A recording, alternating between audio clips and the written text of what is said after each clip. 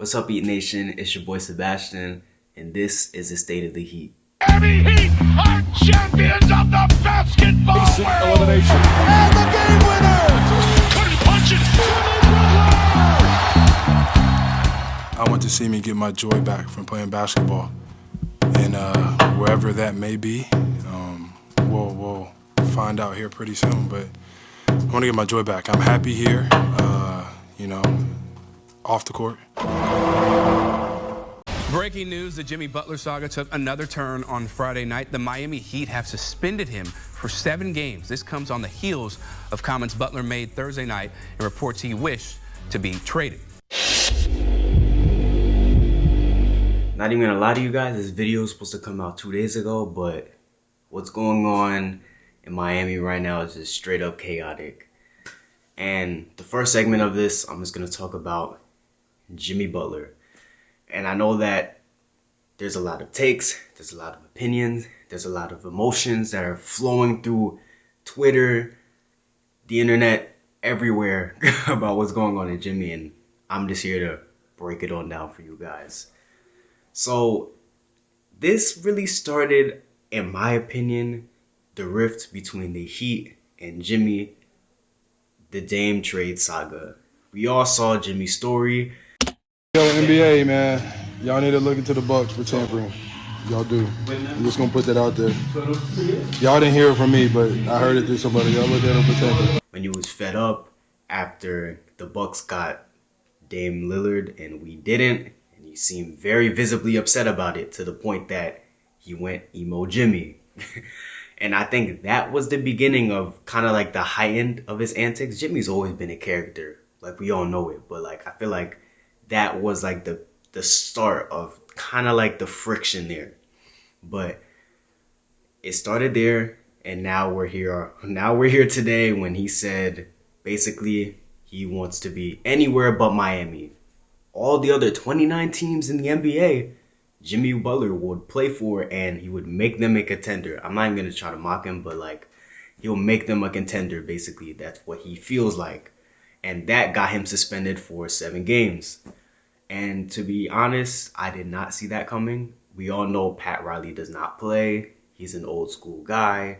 He stands on business. He stands on his word. And he basically saw what Jimmy said and said, oh, no. We're not going to let that slide here. You're getting suspended.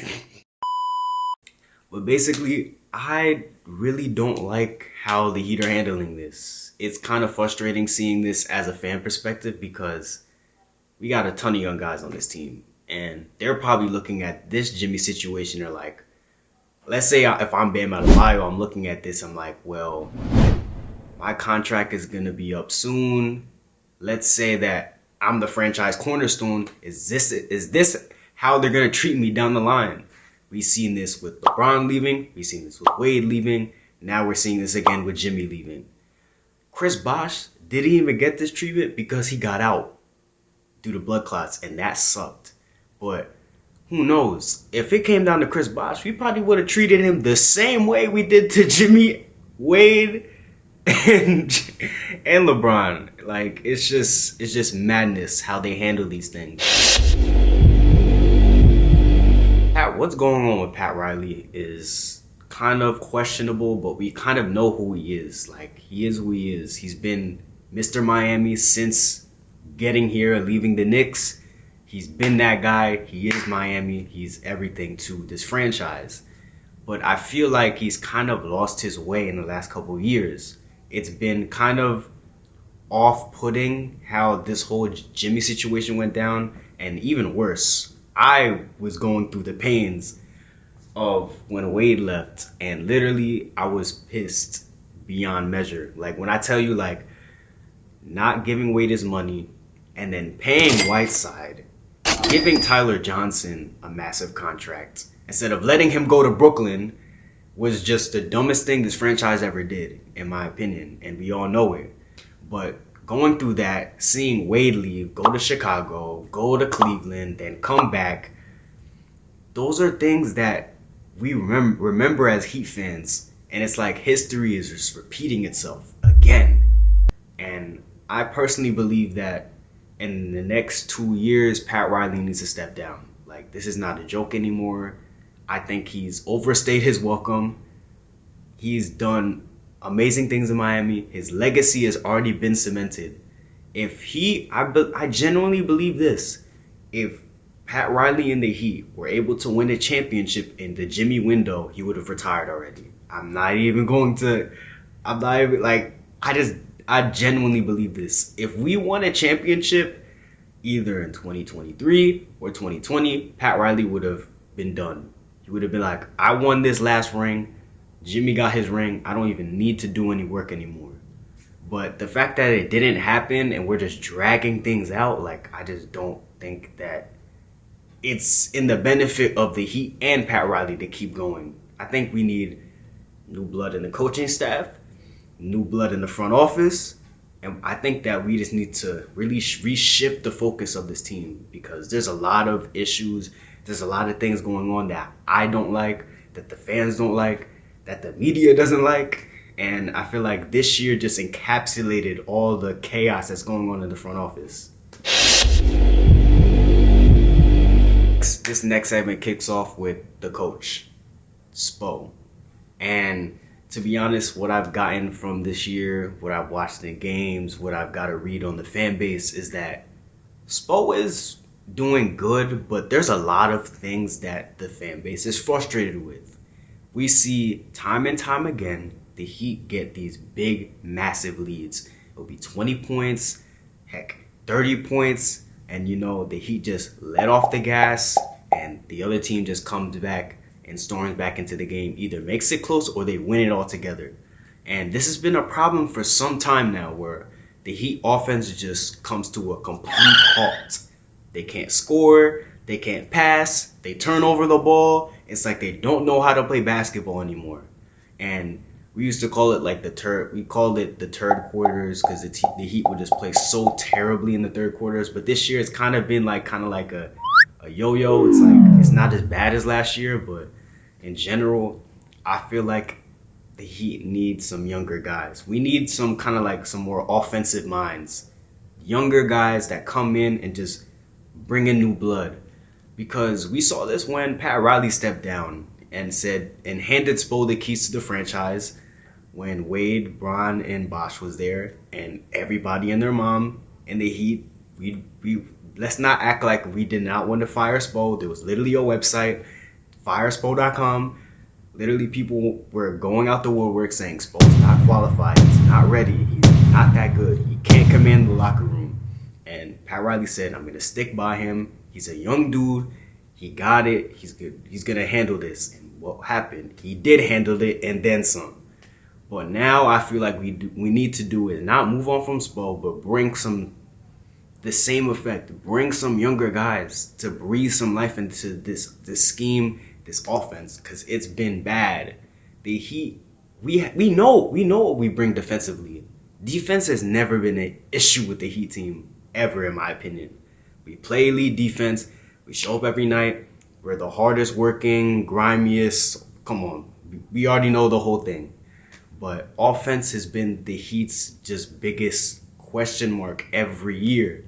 We can hold teams down on defense, but can we score? Because we've seen this time and time again. Whenever Jimmy and the Heat would make it to the finals, defense wasn't an issue. We're going to play great defense. The other team would just outscore us because we would just show up to the finals with it not. We didn't have enough guns. We didn't have enough ammo to compete.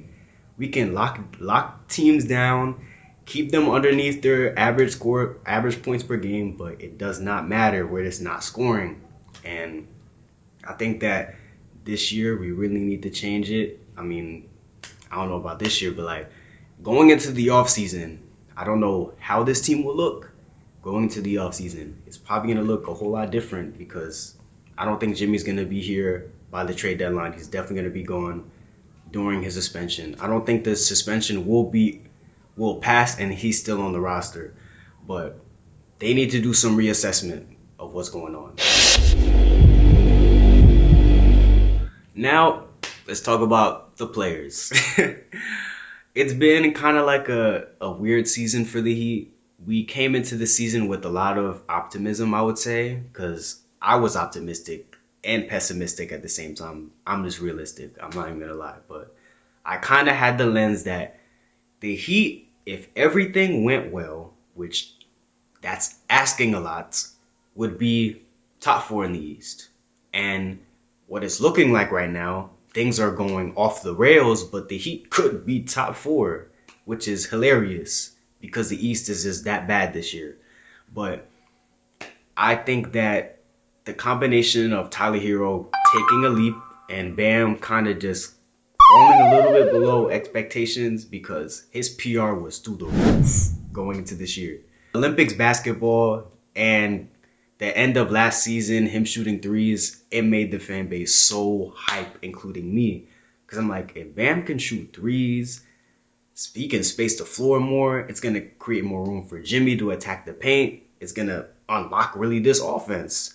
And I think that we went into the season thinking that Bam was going to take this gargantuan leap, and he did not. He kind of fell back a little bit, which is a little confusing, but I think that eventually he'll round into form. I personally was kind of shocked when Bam started shooting threes because I'm like, his bread and butter really is that push shot in the midi. And if, in my opinion, if he masters that, that's good enough for me. I don't need him jacking up threes all the time. That's not really what I want out of him. But I think that Bam setting those expectations for himself going to the season let everybody down when we saw that it's not really taking form. But Tyler Hero picking up the tab, getting to that all-star elite level that I personally thought that he wasn't going to reach. I kind of saw him for a couple years was going to be like, well, I compared him to Lou Williams. And I said, he's literally like Lou Williams, but better. And I said that he's probably going to be that role throughout his career. But this year he decided to take that leap that Pat Riley thought he was going to be seasons ago. So I'm happy that it happened. It's better late than never. I'm not really... I wouldn't say like I don't really have any ill will about it. There's some fans that are mad about it that it happened now and not when we actually needed it. But hey, to each his own. Another player that I feel like is really kind of just letting everybody down, players, is Jovic and Jaime. Jovic and Jaime are kind of just in this limbo where they're like, Spo plays them, they play kind of well, or they play bad, and Spo doesn't play them. It's like they're very inconsistent this year. And it started with Pelle Larsson getting minutes over Jaime and Jovic. It was kind of crazy when you really think about it. The Heat's second-round pick from the current draft was getting minutes over 2 sophomores that were in the rotation at one point. I personally think that I hope he takes kind of like a rebound in the second half of the season. I don't know about the Jovic. I was on the Jovic train at one point. I kind of hopped off because I was like, I don't know if he's really going to pan out. But the one person that I have the most hope for is Kel'el Ware. And Ware has been, whenever he does step on the court, it's like immediate impact. He can shoot the three. He can space the floor. He can block shots, protect the paint. That's one thing that we know that Bam has wanted next to him for a couple years now. We all know that Bam wants to play power forward. He does not want to play center. And Kel'el Ware, hopefully, near the end of the season, depending on what direction the team goes in, that he kind of starts to start next to Bam. I don't know if it's going to happen this season, but it definitely should happen next season at some point. Because I feel like those two in the paint together, or those two on defense together, can cause a lot of issues for a lot of teams. Because you have Bam that can switch on the perimeter. You got Ware that can stay in the paint, guard the paint, rebound too, which was the Heat's number one problem for. We don't even need to talk about it. You could roll the tape to when Derek White tapped in the ball against the Heat in Game 6, which brings me so much PTSD talking about it. But you can literally bring that back to the Heat not being able to guard, not being able to box out, no bigs to grab the rebounds because guess what? Yeah, Bam switched on the perimeter. And I think that having a guy like Khalil Ware right there, grabbing rebounds, boxing out is essential. Last segment is the pulse. I'm kind of just talking just in general to Heat Nation, to the fan base, to all the people I talk on Twitter, to all the people I see talk on Twitter. And the pulse that I get from this fan base is that we're extremely frustrated. We're tired of what's going on. We're frustrated of these up and down seasons. We're tired of the Jimmy antics and this franchise, the whole franchise and everything in its totality right now. We're just tired because this core has been dragged on longer than it should have. We all know it. This should have been blown up maybe a year or two ago, but here we are. Another wrinkle that it is that we're divided right now. We're like, half of the fan base is like Jimmy, then we got Bam, then we got Tyler Stans, and then we got a whole bunch of can of worms. And then now it's like Jimmy versus Pat Riley. They're just butting heads right now, which is just crazy. Because at one point, Jimmy was up there pointing in the stands in the bubble at Pat Riley like, yo, I got you. And then now it's like they don't even see eye to eye anymore, which is mad. My final takeaway is that I hope things turn around sooner than later, that we trade Jimmy before his suspension is up. I love Jimmy Butler, but I do not want to see him as a member of the Heat after the suspension. I feel like that's not the best interest of the team for him to come back and play. It's over. Done. And I just hope that the Heat fan base can just reunite, get back together for the rest of the season and just move forward, because I think it's about time. I thank you guys for watching today. I thank you for just tuning in to my first episode of The State of the Heat, and just comment away. Tell me how you feel about the fan base. Tell me how you feel about what's going on with the Jimmy situation. Tell me everything. You can hit me on Twitter at Spoburner. And just, I appreciate you guys so much for just pushing me to start this type of content, because I never thought I would. And I'll see all you guys on the flip side, and let's go Heat.